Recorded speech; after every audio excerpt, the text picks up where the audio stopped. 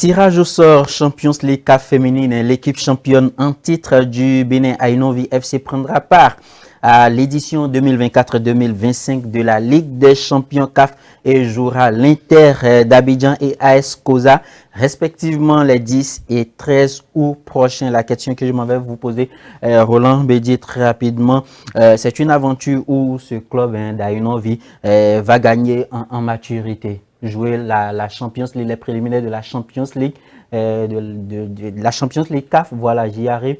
C'est une aventure où cette jeune équipe d'Aïnovi, cette équipe du Bénin, championne en titre, va gagner en maturité.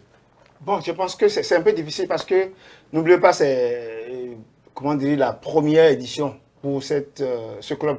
C'est vrai, ils ont fait une bonne prestation au cours du championnat. Ils sont premiers champions, je pense, pour le championnat féminin béninois. Je pense que c'est pratiquement un avantage pour ce club. Maintenant, ce qu'il faut demander, est-ce que les joueuses avec lesquelles ce club a évolué, est-ce que c'est les mêmes ou bien il faut changer un peu le statut, l'envergure de cette équipe? C'est la première des choses parce que, vous savez, c'est la compétition CAF internationale. Ce n'est plus au Bénin où déjà avec nos joueuses qu'on peut recruter dans les vents, bon, on peut faire l'affaire, non. Aujourd'hui, c'est une grande compétition. C'est la confrontation entre les clubs, les meilleurs clubs des autres pays aussi. Il y a Abidjan, il y a les deux clubs, il y a un club d'Abidjan et l'autre club c'est le Togo. Donc je pense que la concurrence sera visiblement rude parce que ça fait deux clubs. Ils sont dans une poule de 3. Donc je pense que si j'ai une bonne mémoire, il y a déjà des recrutements faits déjà. Il y a certaines joueuses déjà appelées. Il y a des prêts aussi. Donc je pense qu'ils vont toutefois étoffer le groupe, cet effectif, afin de pouvoir comment dire, gagner les deux matchs qui sont, comment dire, qui seront joués pour la qualification. Je pense que la qualification est en demi-finale ou bien en quart de finale. Je crois que c'est en quart de finale et avec la complicité de la réalisation, nous allons suivre rapidement le résumé de ce tirage au sort. Aïnovi FC du Bénin. Drawn at position B2.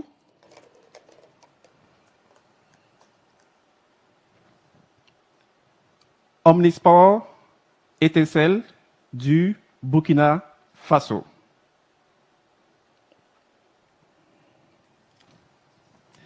Now, drawn at position A3.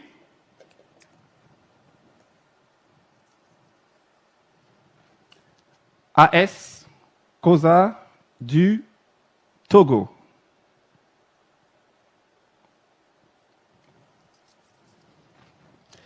Drawn at position B3. In the group B, at position B1, we have Hasakas Ladies FC from Ghana. At position B2, Omnisport Étincelle du Burkina Faso. At position B3, AS Garde National du Niger. And then at position B4, Edo Queens FC from Nigeria. Now, let's have a look together at the fixture. And then I will now pass the floor. So, this marks the end of the draw for Wafubi. And I will... Voilà, Aïnovi FC du Bénin jouera les 10 et 13 août prochains. La même question pour vous, Chérif Montier. On a eu une aventure qui va permettre à cette équipe-là de grandir, parce que quand vous jouez contre d'autres équipes qui viennent de plusieurs pays, ça vous permet d'apprendre aussi. C'est vrai qu'à un moment donné, on n'avait plus de championnat féminin, donc c'est une aventure qui va permettre à ces filles-là de jauger leur performance. Ouais, c'est une aventure vraiment qui va leur permettre quand même de juger leur performance. Après le déroulement du championnat, elles ont quand même haussé le niveau de leur jeu quand même pour arriver à cette étape. Nous, on en a assez des pèlerinages, on en a assez que ces clubs-là nous ridiculisent sur la scène africaine. On parle de COSA et Interclub d'Abidjan. Je ne pense pas forcément que ce soit de grands noms. Après, on a un peu l'impression que quand les nôtres sortent du cadre du Bénin et quand ils tombent aussi des clubs un petit peu étrangers, ça devient un véritable problème pour ces clubs-là. J'espère que pour ces filles-là, pour cette fois-ci, elles vont quand même sortir de leur zone quand même de confort. De confort quand même pour hausser le niveau de leur jeu, pour nous ramener autant soit peu l'essentiel que nous voulons. Parce que là, ça ne sert à rien de jouer le championnat tout au long d'une saison et de ne pas être capable de se déplacer et de nous ramener ne serait-ce qu'un match nul ou une victoire. C'est de la déception. La bonne nouvelle, c'est qu'aujourd'hui, on pourrait quand même recevoir les matchs à domicile. Oui, nous allons revenir là-dessus. Mais oui, allez-y. Donc, pour les hommes, c'était un véritable problème. Pour les femmes, c'est vrai que vous disiez tout à l'heure, on a eu le championnat féminin, ça fait déjà un moment. Est-ce que ça ne sera pas un problème pour ces filles-là? Est-ce que... parlant de la confiance, est-ce que le coach aura quand même le discours nécessaire qu'il faut pour essayer de mettre ses filles en confiance pour que, arriver en déplacement, elles puissent quand même savoir l'enjeu et que l'objectif pourrait être atteint? C'est là la grosse interrogation.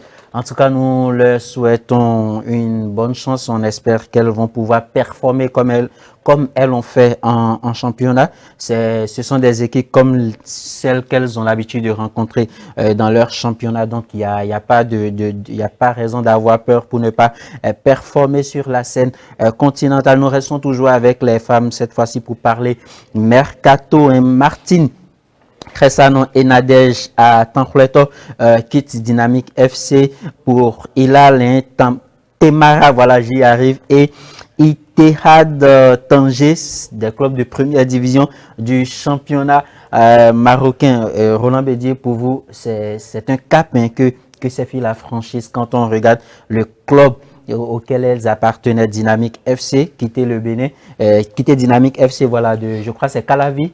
Si je ne me trompe pas, voilà, pour signer dans la première division marocaine, c'est un cap qu'elles ont franchi.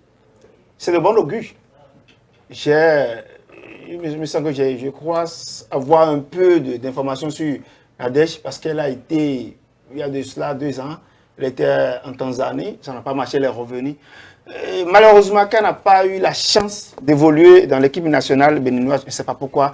Parce que c'est une joueuse, j'ai eu l'occasion de la rencontrer plusieurs fois au sein de l'amitié. C'est une joueuse, qui a la capacité, les performances aujourd'hui d'évoluer dans l'équipe nationale. C'est pas pourquoi elle n'a pas été appelée. Elle a eu la chance encore de continuer avec Dynamo après son retour en Tanzanie avec Dynamo. Dynamo, vous savez, c'est un club qui a un président qui maîtrise un peu... Dynamique, pardon. C'est un club qui a un président qui maîtrise un peu le football béninois. Vous le connaissez bien, Issa, il est même le président du comité du Maracana. Il a été élu la semaine dernière, je pense bien. Donc, c'est quelqu'un qui a un bon management, qui maîtrise un peu le football, bon, pour dire en général le sport béninois. Donc, non seulement la qualité de ces 2 joueuses, il y a le management qui a joué son rôle, qui a dicté sa loi. Donc, je dis bravo à cet homme, à ce président. C'est ce que nous voulons aujourd'hui, c'est ce que nous cherchons aujourd'hui. C'est tout ce qu'on demande au président de club, aux dirigeants du sport béninois aujourd'hui. Au-delà de la qualité des joueurs et des joueuses, au-delà de ce qu'ils font, quel management pouvons-nous faire aujourd'hui pour que, pardon, 1 an, 2 ans, après leur performance dans leur club, qu'ils puissent s'envoler. C'est le meilleur. Quand vous jouez dans votre club, il faut chercher à évoluer. Donc, je pense que c'est de bon augure. Je pense que pour les années à venir, que ça soit le tour des autres filles. Voilà, si je partage, moi également je partage l'avis de Roland. C'est vrai, il y a le transfert qui s'est fait, mais ce que les responsables de ce club-là ont réalisé comme espoir, c'est un exemple à suivre. Au lieu de chercher son intérêt personnel, il faut penser plutôt aux intérêts des joueurs et des joueuses. Du coup, c'est un travail qui a été fait afin que ces filles-là, parce que c'est pas gagné d'avance, surtout quand il s'agit du championnat béninois féminin qui n'est pas aussi connu sur la scène continentale, mais envoyer de ces filles à l'extérieur dans un championnat tel que la première division féminine marocaine, c'est un exploit, c'est un exemple à suivre. Oui, mais il faut saluer quand même le travail de l'agent de joueur, dont on ne connaît pas justement, la personnalité. Il faut saluer cet agent de joueur, mais après, la responsabilité incombe la joueuse, les joueuses autant pour moi. Parce que là, quand vous êtes une joueuse et que vous avez la chance de quitter un club de Calavi pour aller au Maroc, c'est une chance. Il faut en profiter. Et en profiter, c'est travailler. Et le travail, c'est ça qui manque aux athlètes béninois. C'est-à-dire qu'ils ne travaillent pas, en fait. Quand on a un petit temps de congé, un temps mort ou des trêves internationales, on préfère quand même se promener dans la rue de Cotonou, le suivre des gougous ou bien des tournois du quartier. C'est ça qui agace un petit peu. Il faut qu'elles soient conscientes de l'enjeu, en fait. Nous, on veut voir nos athlètes, nos sportifs aller de l'avant. Aller au Maroc, c'est une très bonne nouvelle. Mais il faut travailler. Il faut être conscient de l'enjeu, savoir que la prochaine destination, ce serait l'Hexagone, ou alors l'Angleterre, ou alors l'Espagne. Moi, je veux voir quand même Atanroula et tout, etc., jouer dans des clubs du Barcelone ou de Lyon. Mais ça ne sert à rien de ne pas travailler, de passer toute une saison sur le banc et de disparaître pour aller en 3e division d'Arabie Saoudite ou bien de Chypre. Moi, ça me casse un petit peu la gueule. Merci, nous allons cette fois-ci. Il faut travailler pour progresser, Gildas. Voilà, merci. Je pense que le message est passé. Elles vont travailler parce qu'il n'y a que le travail qui pourra vous permettre de franchir des étapes, de franchir des caps et d'évoluer dans des clubs plus bon, plus fort que des clubs marocains de première division. Alors, nous passons cette fois-ci aux hommes en coupe de la Confédération CAF. Le représentant du Bénin, Dadje FC, qui fait parler de lui, Roland, très rapidement, Dadje. Selon une enquête, selon des informations, à moins de 2 semaines du démarrage des éliminatoires de la Coupe de la Confédération CAF, Dadje, le représentant, ne s'est pas encore réuni pour des séances d'entraînement. Est-ce qu'il n'y a pas une inquiétude de ce qui est de leur participation? Peut-être à cette allure-là, on risque d'apprendre que Dadje a signé forfait à cette aventure-là. Ce serait très, très difficile pour un club béninois. Le vice-champion, Dadje, qui fait son bonhomme de chemin, c'est pas le club qu'on a connu il y a de cela 2 ans, 3 ans. Ils ont fait un énorme, une énorme performance, un élan, véritablement. C'est vrai, vous n'avez pas menti, moi-même j'ai lu sur les réseaux sociaux, d'abord ils ne sont pas encore en regroupement pour des questions de malcompréhension, parce que il y a des questions du nom du club, Dadje FC, qui doit être visiblement changé. J'ai lu un truc du genre sur les réseaux sociaux hier. C'est difficile. Un temps, on avait parlé de la professionnalisation des clubs. On avait parlé de ça ici un temps sur ce plateau. Je pense que cette question continue. Ça ne va pas s'arrêter. Parce que, vous savez, nous avons un problème au Bénin. J'avais eu le temps d'en discuter de ça beaucoup avec les confrères. Quand vous avez votre club et qu'à un moment donné, vous n'aidez pas les joueurs à s'envoler, ou bien vous voyez dire que c'est votre patrimoine, et puis c'est notre chose chaque fois, il ne faut pas donner la possibilité aux joueurs. C'est un peu difficile. C'est le problème qui est arrivé actuellement à Dadje, parce qu'il y a des discussions. Dadje, c'est un club de Adja. Et ils disent que Dadje, c'est l'ethnie Adja. Donc, c'est notre chose. Ils ne veulent pas professionnaliser ce club. C'est le problème qui se pose. Il y a eu un truc du genre hier. Donc, c'est un peu difficile. Si bien qu'ils ont écarté complètement la question de la Coupe CAF. Et maintenant, c'est comment faire pour que chacun partage sa part. Dans ce club-là, c'est un peu difficile. Oui, alors que vous avez... Je pense que quand même, ils ont bâti... Je pense qu'ils ont quand même bâti un gros travail déjà en travaillant aussi le niveau de jeu pour quand même arriver à 2e position, parlant du championnat béninois. Mais je ne pense pas qu'ils iront jusqu'à être forfaits pour les coupes CAF. Nous avons un problème un peu béninois, parlant de notre style un peu à nous, qui consiste à ne pas avoir peut-être des papiers, ou alors des problèmes un petit peu de staff qui se posent autour souvent. Il a parlé tout à l'heure de gâteau, je le rejoins là-dessus. Après, je pense que le gouvernement, la fédération béninoise, toutes ces autorités suivent la situation de près. Ils ne vont pas dérailler jusqu'à ne pas trouver solution à ce problème-là. C'est un problème qui va rester un petit peu dans le groupe, du staff, la gestion. En tout cas, le président va quand même imposer tout son poids pour que ça ne déraille pas. On espère que c'est une situation qui va très vite rentrer dans l'ordre parce que ça ne donne pas une bonne image du football béninois, parce que s'il y a quelques jours du démarrage d'une compétition continentale et que vous ne vous penchez pas sur cette compétition-là, mais c'est plutôt sur le changement de nom ou sur des intérêts personnels, l'avenir de ces joueurs-là est en danger. Oui, mais ça fait partie des mots qui nuisent quand même. Le football béninois. On parle de gangrène. Voilà. Exactement. Donc en tout cas, on espère que les choses vont très vite rentrer dans l'ordre. Parlons toujours du championnat béninois et sur côté masculin, plusieurs mouvements s'observent au sein des clubs béninois, des départs vers d'autres clubs s'enregistrent, et on a déjà parlé la semaine dernière du départ de Romaric de Coton FC vers la Côte d'Ivoire, Abidjan. Il a été transféré à la SEC Mimosa d'Abidjan, où désormais il va évoluer. Il y a Serge Obassa, le gardien titulaire de AS Cotonou, qui s'est envolé de l'autre côté du Nigeria pour jouer avec Remo Star, un club qui évolue aussi en compétition CAF. Ici, la SEC Mimosa va jouer la Ligue des champions CAF, et cette année, Remo Star va jouer la Coupe de la Confédération. Voilà.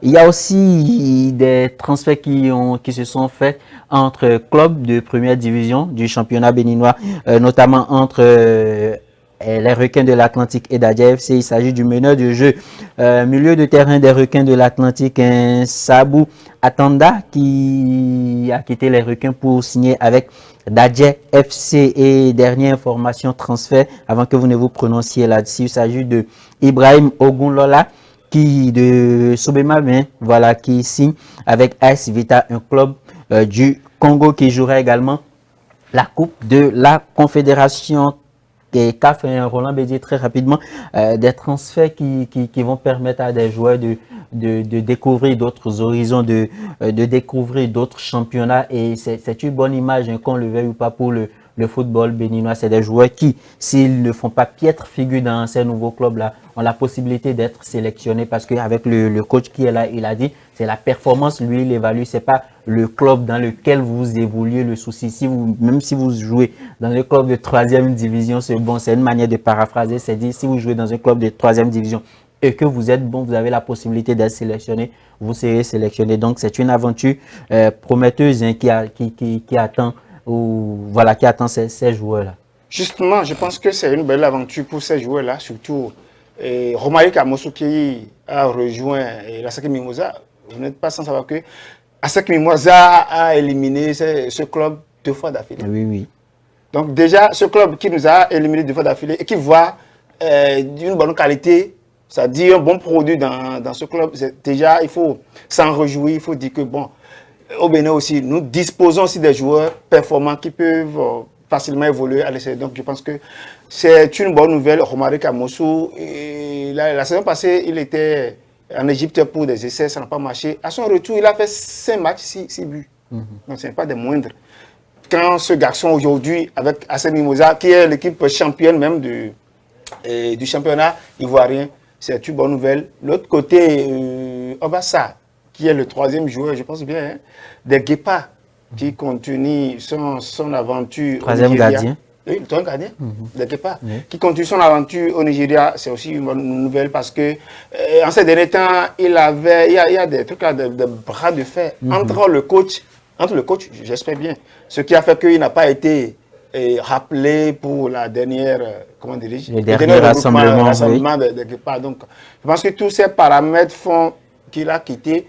C'est pour se retrouver mieux ailleurs, c'est pour avoir la liberté ailleurs. Donc, Je pense que c'est aussi le championnat nigérien, c'est pas des moindres aussi en Afrique, il va évoluer et on le souhaite. Bon, toutes les chances. De l'autre côté, Ibrahim Oglon là aussi, c'est un joueur, c'est un ancien de quelque part, vous le connaissez bien, il n'est pas des moindres. C'est ce que moi j'ai dit. Ce joueur, je ne m'attendais pas, je ne m'y attendais pas du tout pas. Parce que c'est un joueur qui est dans le, comment dirais-je, dans la danse, ça fait longtemps. C'est comme si on dit, il n'est jamais tard de mieux faire. Moi, je le vois déjà en fin de carrière. Ce qu'il a pu produire dans cette équipe de ce MAP cette année, c'est formidable. Il est le meneur de ce truc-là, de ce club. Il a pris part les requins de l'Atlantique, il a pris part l'énergie, il s'est retrouvé à ce MAP, pardon. Aujourd'hui, il a eu la chance de rejoindre Congo aujourd'hui. Ce n'est plus le Bénin. C'est tout ce qu'on veut. Après le Congo, je pense qu'il va continuer son aventure, peut-être en Angleterre ou bien en Espagne. Donc, on leur souhaite ça, mais Chérif Montienwa, je suis sûr que Chérif ça dira que c'est pas, aucun de ces joueurs n'a franchi de cap, hein, parce que quitter un club béninois pour un club nigérien qu'on ne connaît même pas ou un club congolais. Voilà, Chérif. Ça pose un véritable problème. Hein. Un véritable problème parce que moi, je me dis, le football béninois aujourd'hui est en retard. En retard par rapport aux autres championnats parce que vous voyez même vous la liste que vous venez d'établir partant des jeunes filles jusqu'aux garçons, que des transferts, mais aucun d'entre ces joueurs et joueuses n'ont été en Europe. Et parmi tous ces transferts là, le seul qui paraît un peu mieux c'est celui de Amoussou qui a été à la SEC Mimosa. Bon, ce que je souhaite pour lui, c'est de se battre pour être titulaire parce que là, quand tu joues une saison à la SEC Mimosa et que tu perds ton temps sur le banc, tu vas te faire disparaître. Et pour aller où? Gros point d'interrogation. Moi, je me dis, mais quel est le travail qui se fait? Est-ce que c'est un problème d'investisseur? Est-ce que c'est un problème d'agent de joueurs? Je ne sais pas le gros problème qui se pose, qui nuit à ce système de football béninois là. On parle quand même de championnat où il y a Romaric Amoussou qui a été le meilleur buteur sur des saisons. Et jusqu'aujourd'hui, il quitte le Bénin aujourd'hui. On nous parle d'atterrissage d'Abidjan. Mais c'est trop peu, c'est trop court. La question peut se poser. Ouais, c'est un véritable problème. Travail son agent Moi, fait? je me dis, il faut un problème encore de fond en comble qui doit être fait par les autorités. Parce que c'est un petit peu comme si ce qui doit être fait pour que ce football grandisse est mis à côté. Voilà. Moi, j'apprécie les managers aujourd'hui parce que, vous savez, on n'avait pas de paramètres ici. Il n'y a pas cette visibilité sur le championnat béninois. Il n'y a pas une attractivité. Si bien que le championnat béninois n'est pas vu à l'extérieur. Mais c'est à qui la faute? Le véritable problème, c'est aux dirigeants béninois. Il faut béninois. chaque fois quitter le Bénin et aller en Côte d'Ivoire, chaque fois quitter le Bénin et aller au Congo. Et quand on quitte Congo, c'est pour disparaître, aller en 4e division d'Arabie Saoudite. Et c'est fini.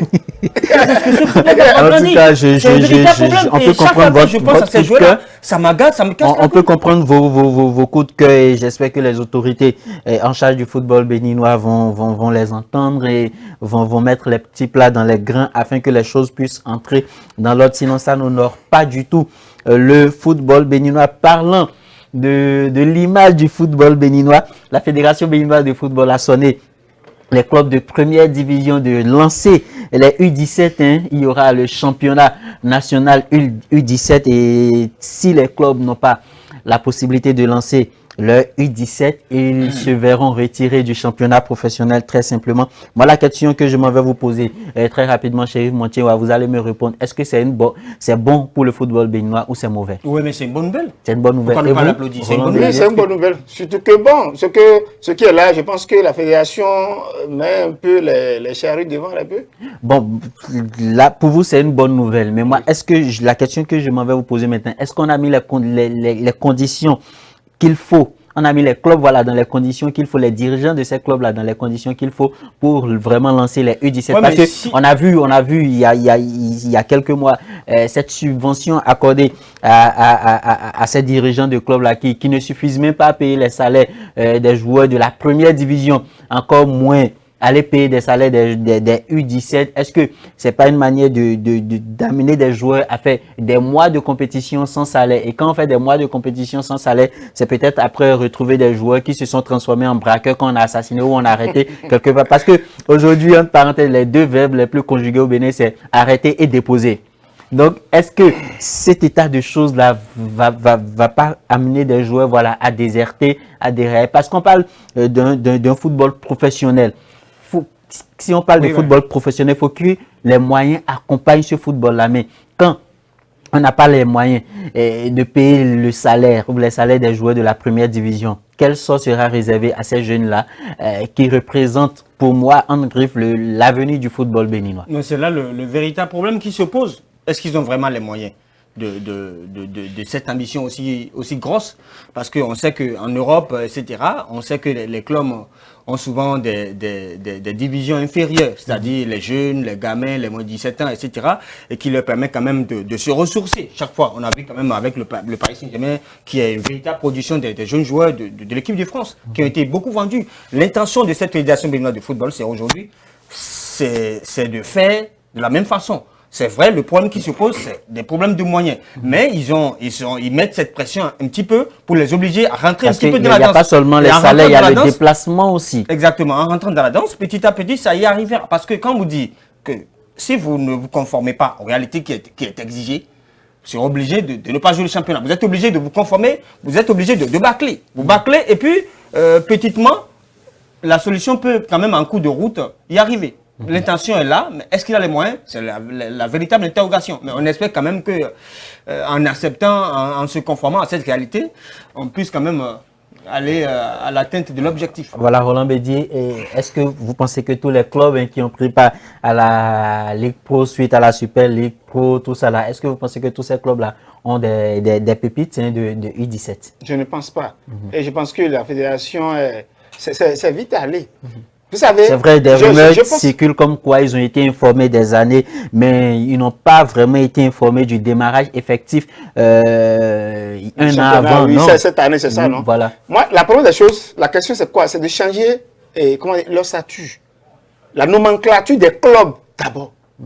Parce que moi, je dis, la disposition de nos clubs ne respecte pas les normes. Non.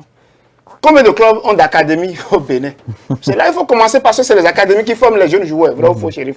Exactement. Donc, on n'a pas des académies. Combien de stades nous avons? Où est-ce que ces jeunes-là vont s'entraîner? Où est-ce que les seniors vont s'entraîner? Sans parler du championnat féminin qui est là. Est-ce que c'est pas pour suivre deux lièvres à la fois? Ils auront des joueurs du U17 où? Ils vont les recruter dans les vents? On est en train de se diriger tout droit vers l'escroquerie des parents parce que là, ils vont demander aux jeunes des recrutements. Ils vont demander aux jeunes, on veut peut-être lancer un recrutement d'une vingtaine de jeunes de moins de 17 ans. Et puis on va vous dire, peut-être la participation c'est à 5 000, c'est à 4 000. On va vous dire, des séances d'entraînement c'est 200, c'est à 300. On est en train de se diriger tout droit vers une escroquerie des parents où on va... Nous aurons du temps pour vraiment décortiquer cette information, cette note circulaire de la Fédération béninoise de football, puisque c'est des conditions, les joueurs vont devoir évoluer dans des conditions vraiment difficiles. Nous allons revenir là-dessus, mais parlons toujours de l'image du football béninois avant de fermer cette rubrique-là. Il s'agit de la réhomologation, je ne sais pas si ça se dit, mais à temps partiel, hein, c'est l'expression que je sors ça, à temps partiel du stade général Mathieu Kérékou de Cotonou qui a été suspendu par la FIFA, comme quoi ce stade n'est plus homologué parce que le stade ne respecte pas les normes FIFA pour des compétitions internationales. Mais aujourd'hui, pour les compétitions de la CAF, on autorise. Puis je suppose que ce sont les autorités béninoises qui ont mené une démarche auprès de la CAF afin qu'on puisse autoriser ce stade-là afin de permettre aux deux clubs béninois engagés dans les compétitions CAF de recevoir à domicile. Mais moi, le souci c'est quoi? Le stade a été homologué. En temps, le stade n'était plus homologué. Maintenant, le stade est homologué de façon partielle. Roland, j'ai dit Roland Chérif, Montier, je ne sais pas. Quel est votre cri de cœur quand vous lisez des informations comme ça, quand vous rendez compte que les fédérations les autorités de la Fédération béninoise de football et ceux de la CAF sont en train de jouer avec le football béninois? Moi, ça semble de la comédie. C'est genre comme si des guignols qui se retrouvent dans une discothèque et qui sont en train de faire une production, clairement. Parce que là, quand vous voulez, parlons de la CAF d'abord, quand vous voulez homologuer un stade, homologuer là pour qu'on passe à autre chose. Pourquoi nous parler d'homologation sous réserve C'est là le véritable problème. Est-ce qu'il faut uniquement jouer les matchs CAF et que quand il va s'agir des matchs de fenêtre internationale, on va le dire, ouais, mais vous avez joué des matchs CAF, mais ici il s'agit des matchs de fenêtre internationale, vous n'allez pas jouer ici. C'est là la grosse interrogation. Homologuer un stade, il faut l'homologuer directement. Parce que là, on ne peut pas jouer des matchs de barrage, de coupe CAF, et que quand il va s'agir des gros matchs de nos guépards, de nos véritables guépards, nous dit, bon, il y a encore des travaux à faire. Ça semble un petit peu pour moi à des films hollywoodiens. Voilà, Roland Métier, la même question pour vous. Moi, je pense que pourquoi moi je n'accuse pas la CAF, je n'accuse pas la Fédération béninoise de football, mais moi, je pense que aucune de ces instances des dirigeantes là n'est sérieuse parce que les autorités béninoises doivent se faire à l'idée que le stade n'est pas homologué. Alors, il faudrait que nous faisions tout pour rendre ce stade-là disponible pour les compétitions, que ce soit pour la Coupe d'Afrique des Nations, pour la compétition internationale, mais nous permet de jouer sur ce stade-là à temps partiel. Et quand les compétitions, je suppose que Nadia n'arrive pas à passer le cap, hein, c'est pas mon souhait, c'est une supposition, le cap des tours préliminaires, et que Coton aussi n'arrive pas, donc c'est fini, le stade n'est plus homologué. Selon vous, est-ce que vous pensez que ça donne une bonne image de notre football? Je pense que je serais un peu contraire à votre avis parce que, vous savez, en quelque sorte, c'est un avantage pour le peuple béninois. Non, c'est ce que nous allons dire, ne pas avancer. C'est un avantage oui, cette je sais, c'est un avantage. Et demain. Bon, je pense que, tu sais, c'est des instances où il y a, comment dirais-je, beaucoup d'affaires. Et leur raisonnement ou bien... Les affaires ou la corruption. Non, mais c'est sérieux. Un stade qui était homologué, la Côte d'Ivoire est venue jouer ses matchs. Chez nous au Bénin, le stade a été rejeté encore. Il peut y avoir des négociations parce que pour cette fois-ci, ce n'est plus les nations, c'est des clubs. Et n'oubliez pas que le club n'a pas cette caillotte de trucs là, cette caillotte, cette poche remplie pour pouvoir accueillir des matchs à l'extérieur, 2 matchs à l'extérieur. Voir un peu, vous accueillez des matchs à l'extérieur, vous jouez encore à l'extérieur. C'est un peu difficile pour la poche des clubs aujourd'hui. Ce n'est plus les nations. Les nations aujourd'hui, bon, ils ont une grosse poche et ils peuvent assurer ça. Donc, ce n'est pas forcément pour trouver une raison à ce que la CAF a fait. Non, mais aujourd'hui, c'est un avantage pour le Bénin. Moi, je suis pas contre le fait qu'on essaie d'homologuer un petit peu le stade pour que la réception de nos clubs là. Je suis d'accord. Oui. Mais pourquoi on parle de réserve? Si tant que tu donnes l'autorisation de jouer, c'est que tu as donné l'autorisation de jouer. Bon. Moi, j'estime personnellement que ce soit club ou nation, les deux ont besoin d'une condition normale pour jouer sur l'aire de jeu. On ne peut pas nous dire, bon, quand il s'agit des clubs là, vous n'avez pas besoin de bonnes conditions. Ben ouais, mais quand il s'agit des nations maintenant, vous allez jouer en Côte d'Ivoire. Mais ça sonne très mal à l'oreille. C'est comme si on prend le peuple et on est en train de jouer avec. Voilà, justement, parce que quand on pense aux milliards qui ont été investis dans ce stade-là, il y a de quoi qu'on puisse être énervé quand on nous dit le stade est homologué, après ce n'est plus homologué, c'est homologué avec réserve ou tout ça. Ça revient maintenant aux dirigeants béninois de presser, en tout cas d'essayer d'aller un peu à une vitesse de Castelrose pour pouvoir finir les travaux. La vitesse existe déjà. On voit quand même l'acharnement, la pression, le timing énorme qu'il faut pour aller à bout de la libération du stade. Mais j'ai un peu l'impression que il y a eu des négociations en coulisses quand même pour permettre à ces matchs-là de se dérouler quand même. Général Mertier, voilà, c'est un sujet qui nous passionne et nous allons revenir là-dessus encore les fois à venir, chers téléspectateurs. C'est sur ces informations que nous fermons cette rubrique pour lancer la deuxième rubrique. Il s'agit de Tour d'Europe.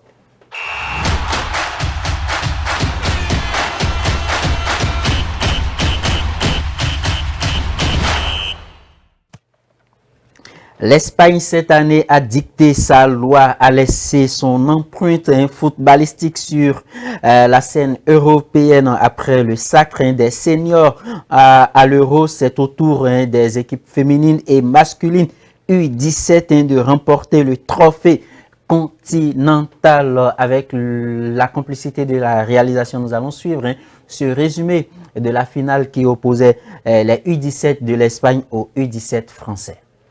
Oh. pour Iker, bravo. Oh, Joao Bang contre le cours du jeu. Ah, Peggy Joao. Oh, que c'est terrible. Qui est sacrée championne d'Europe U19 en 2024. Et 2-3 pour le football espagnol sur la scène européenne. Roland Bédier, les Espagnols sont en train de dicter leurs lois sur la scène continentale. Clairement, parce que les seniors ont pris, ça ne fait même pas 2 semaines, et c'est le tout maintenant des U17. Je pense que ce football espagnol dit sa loi en Europe. Il s'impose. J'apprécie d'abord ce système de jeu parce que c'est le travail, c'est un travail de longue haleine. Donc je ne les accuse pas. Je pense qu'aujourd'hui, les autres nations doivent aller à cette école. À cette école.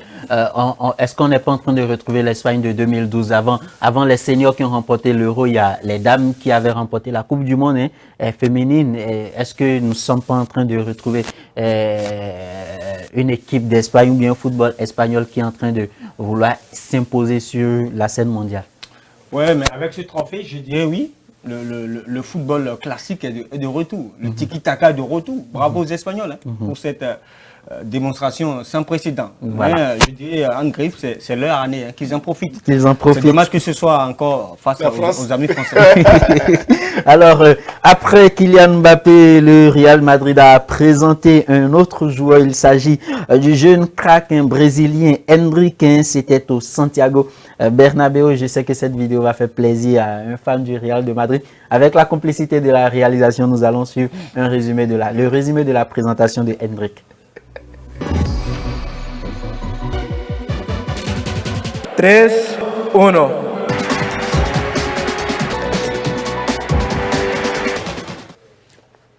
Un de plus pour le Real de Madrid, décidément, Roland Bédier, puisque c'est votre club de cœur, le Real Madrid est en train de faire peur sur la scène européenne. Oui, je pense que c'est une préparation d'une bonde, parce que vous avez, c'est un gamin à 18 ans qui a signé au Real. Je pense que il a su montrer sa performance. Il a fait Flamengo au Brésil. Je pense que c'est des joueurs brésiliens, les jeunes, qui ont ce talent-là, qui déjà très tôt montrent leur suprématie et tout. Moi, je le vois très jeune dans ce groupe-là. Je pense qu'il va essayer de copier, en tout cas de suivre un peu ces anciens pour pouvoir évoluer. Sheriff Montienwa, Rodrigo, Vinicius, Jude Bellingham, Mbappé, maintenant, comment il s'appelle, Endrick. Je pense que Don Pérez est en train de préparer l'avenir du Real de Madrid avec des jeunes vraiment talentueux. Oui, on a un peu l'impression qu'après la génération Cristiano, Benzema, il a maintenant l'intention de rajeunir clairement cet effectif. Ce qu'on a vu avec les Camavinga, Rodrigo que tu viens de citer, etc. Des jeunes quand même qui ont su intégrer ce groupe et qui quand même ont pu réussir. Après, je me dis, lui, il est encore très jeune, très très jeune. Il est encore un bébé pour moi, parce que là, un jeune homme du genre, je le vois très loin de s'intégrer dans ce groupe de Kylian Mbappé. Je le vois quand même le relégué dans le Real B, quand même pour progresser un tout petit peu, pour atteindre. Parce que là, on a vu quand même des joueurs comme Boujane, Ansu Fati, etc., qui ont été très jeunes et qui ont été recrutés par le. C'est vrai que c'est un autre club, le FC Barcelone, et qui quand même ont très vite jeté l'éponge. Voilà, on espère qu'il va performer, parce que ça fait vraiment plaisir, même si on n'est pas fan du Real, ça fait vraiment plaisir de voir des jeunes talentueux signés dans de grands clubs, et même s'ils n'ont pas le temps de jeu, le Real de Madrid a la possibilité de les envoyer en prêt, comme Ada Güler par exemple. C'est des joueurs qui forcément n'auront pas de temps de jeu. Exactement. Mais s'ils ont la possibilité d'être envoyés en prêt et après ils reviennent, ça fait les affaires du Real de Madrid. Alors, chers téléspectateurs, sans transition, nous passons à la dernière rubrique de cette émission. Il s'agit de Autres Sports.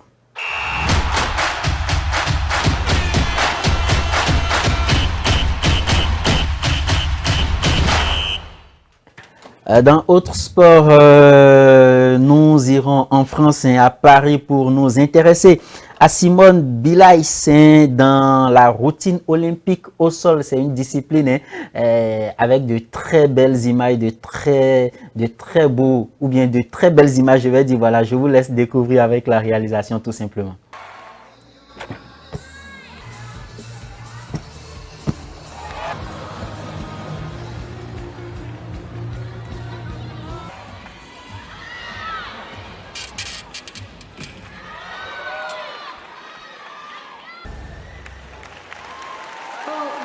Voilà, il n'y a qu'aux Jeux Olympiques qu'on puisse avoir de bons gestes, de belles images comme celles que nous venons de suivre. Alors, chers téléspectateurs, c'est sur ces images-là que nous mettons un terme à cette émission. Merci d'être resté des nôtres. Merci de nous avoir suivis. Merci, Roland Bédier.